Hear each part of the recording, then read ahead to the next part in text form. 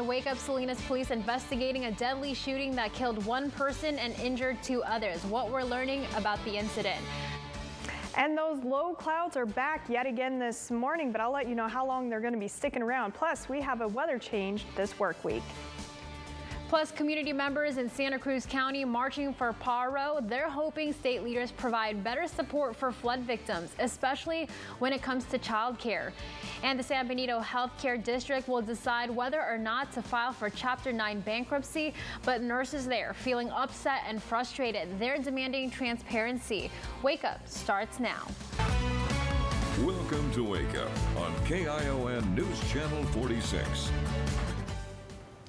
Good Monday morning to you. Thanks for waking up with us. It's May 22nd. I'm Anna Torrea. Now, before we get to your top story, let's get a first check of weather with our Erica Bertine. Good morning, Erica. Good morning, Anna. I can't believe we are nearing the end of May already. It's crazy to think Memorial Day is next weekend already. We still got, actually, this coming weekend. I'm lying. Where has the time gone? See, it's gone so fast. Well, here's a look at what we can expect, at least as you're heading out the door this morning. Of course, we'll look at that Memorial Weekend forecast here in a bit, but we are waking up to those low clouds. And don't be fooled, we have those low clouds clear down to the county line yet again this morning. What's happening with this map is we have some high clouds, and you can see this in gray here passing through, and that kind of interrupts what we can see on the lower levels, which are the low clouds here, and that's in yellow. So we still have those low clouds from Greenfield down into, again, past the county line here. We are seeing some visibility issues for Hollister and to Gilroy, some visibility issues around Watsonville, a little bit around Salinas, and a little bit around the Monterey Peninsula as well. So we do have some fog in the area, though I'm not expecting it to be as dense as what we were seeing last week on Wednesday and Thursday, if you remember that far back.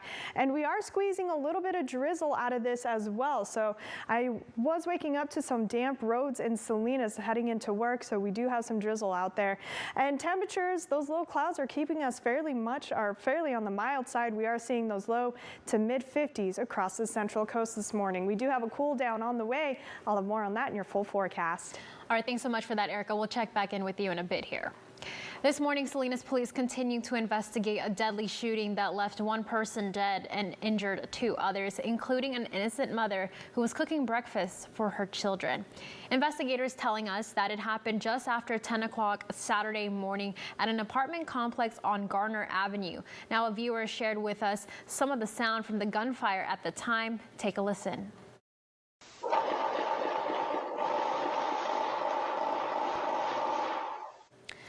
Police confirming to KION that this is audio of the incident, and you can hear what sounds like automatic gunfire.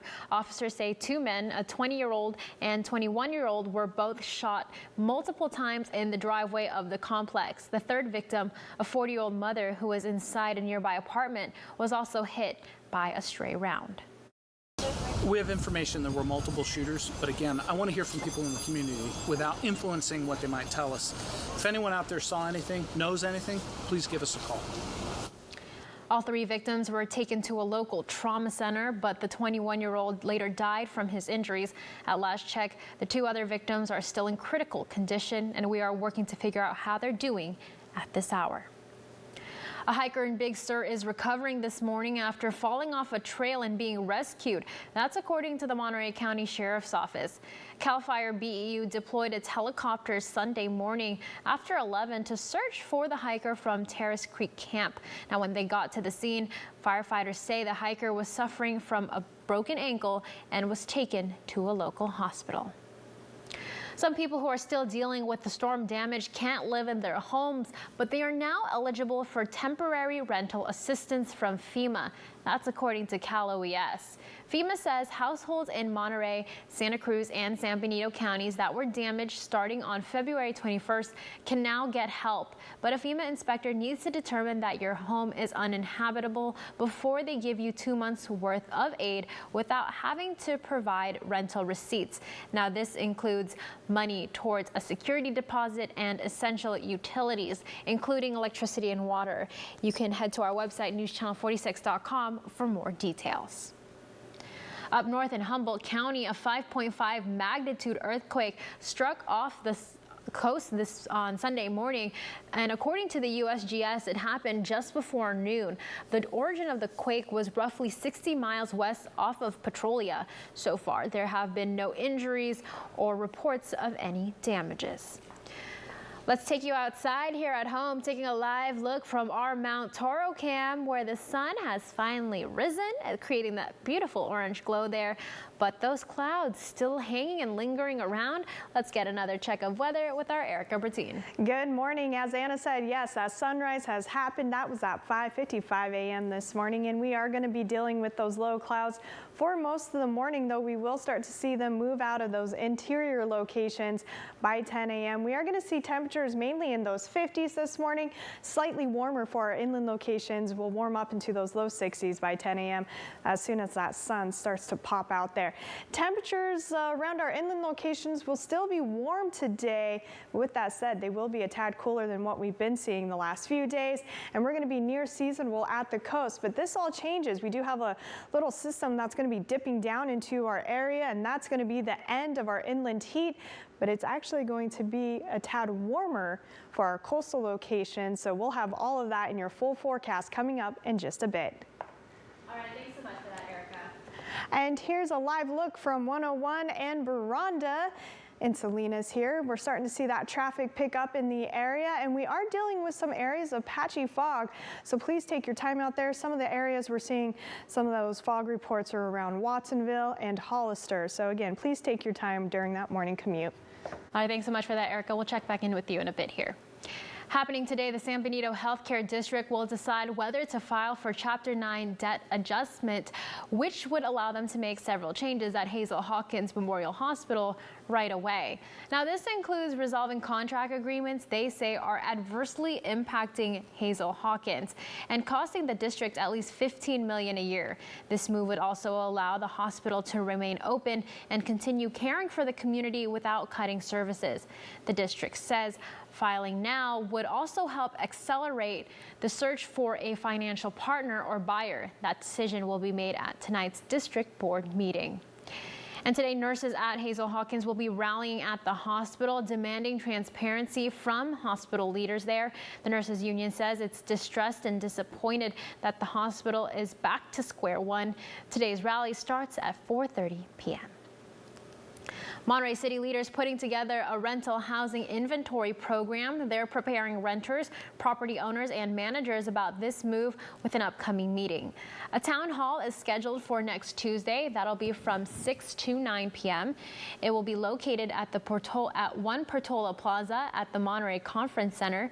People will also be allowed to participate through Zoom. And the rental inventory program aims to establish a database to see where they stand in providing affordable housing for renters. Over in Santa Cruz County now, child care providers, parents, and local leaders marched at Watsonville City Plaza Park on Saturday, and their goal is to get Governor Newsom and the state to better support providers impacted by flooding and prioritize flood recovery efforts in Pajaro. Our Lindsay Selzer spoke with people at the march. Parents and child care providers tell me that it's time for change and are demanding more funding for their child care facilities. What do we want? Contract! When do we want it? Now!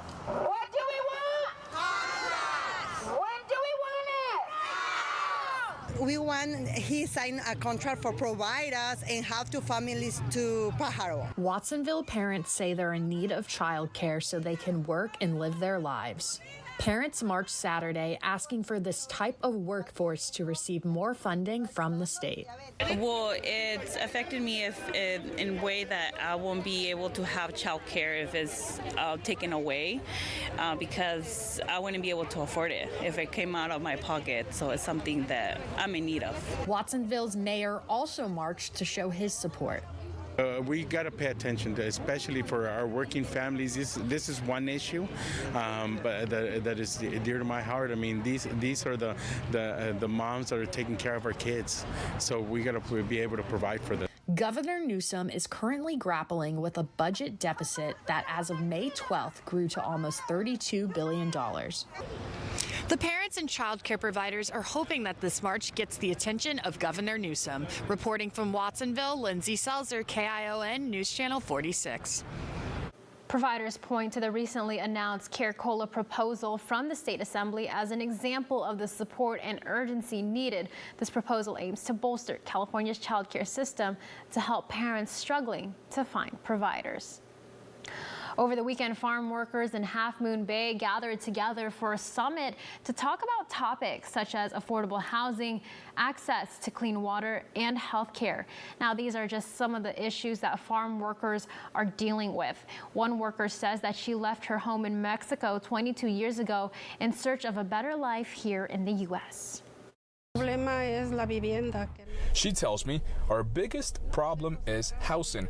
We can't rent an expensive place to live because we can't afford it based on our income. It's barely the minimum wage.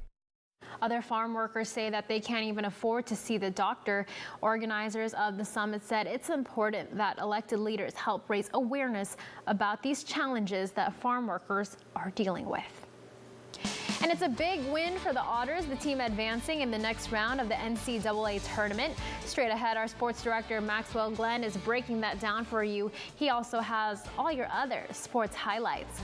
Plus, the final phase of the WeatherTech Raceway Laguna Seca improvement project is underway. We'll have the latest on that. But first, a check of weather with our Erica Bertine.